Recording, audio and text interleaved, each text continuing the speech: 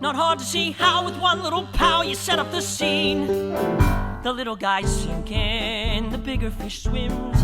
From the second you wake in a bed. Yeah, Cagney was really, for me, a dream that started almost 20 years ago. I was in acting school and a teacher said to me, you kind of remind me of Jimmy Cagney. You're built like him, similar energy, that kind of thing. And all I knew at that point was Yankee Doodle Dandy. And then I started delving into his movies and reading about who he was as a man.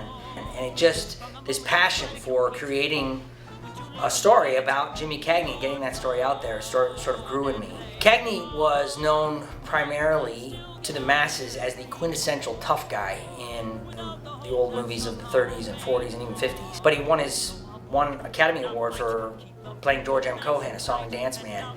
And in this show, you see the struggle with persona that he was being pushed into of this quintessential gangster, the tough guy, and who he wanted to be seen as the song and dance man and someone putting some art and really meaningful things into the world. He had a love-hate relationship with Jack Warner. At the time, Jack Warner, as the head of Warner Brothers, was an idol maker. He made stars out of people that seemed common until they got in his clutches, like Betty Davis or Errol Flynn.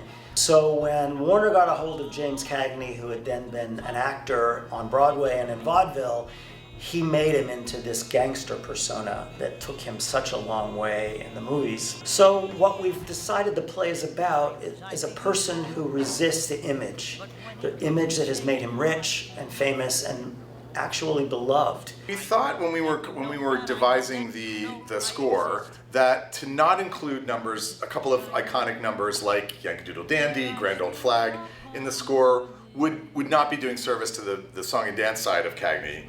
However, the show also is largely an original score, and that's because we wanted to make sure that the songs actually functioned in the plot, functioned in the book as book songs, and the Cohan songs that are in the show actually have been pretty heavily adapted. There's very dramatic stuff, there's funny stuff, there's a lot of singing, and there's a lot of dancing.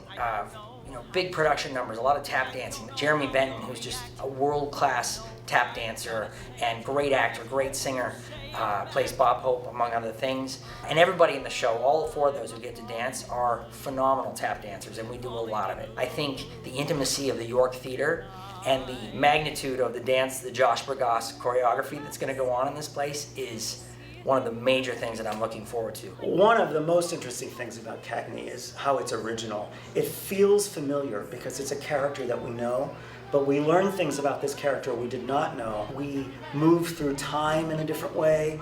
We explore different parts of his career, both as a patriot, as an American, as a husband. People who love Cagney are going to learn some new things and be very excited to hear about the things they already know. And those who don't know Cagney are going to come and dig into the story of a little guy fighting for other little guys, the people who are hard done by. We are all very excited to share this story, not only because of Cagney, who he was, and the New Yorker that he was, but just because it's going to be a great time.